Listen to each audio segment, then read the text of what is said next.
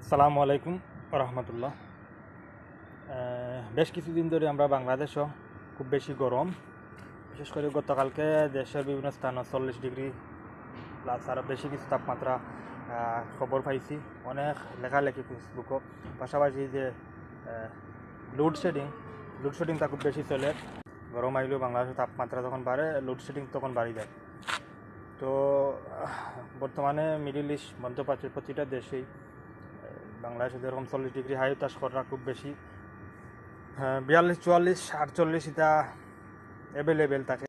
তো বাংলাদেশের মানুষের প্রতি আহ্বান রইল, পূর্ব অনেক ভিডিও দিচ্ছি, হয়তো দেখছে এই তাপমাত্রাতে যদি বাঁচতে হয় আমরা বেশি বেশি বৃক্ষরোপণ করতে হইব। বৃক্ষনিধন, অহেতুক বৃক্ষনিধন তাকে নিজের বিরত রাখতে হইব। পরিবেশের ভারসাম্য রক্ষা লাগে। যাবতীয় কার্যক্রম সরকারের পাশাপাশি আমরা দেশের মানুষে সাধারণ জনগণ হলে বাস্তবায়ন করতে হইব। নাও অদূর ভবিষ্যতে, খুব বেশি দূর না, মধ্যবাজার দেশগুলির মতো তাপমাত্রা দেশে বিরাজ করব।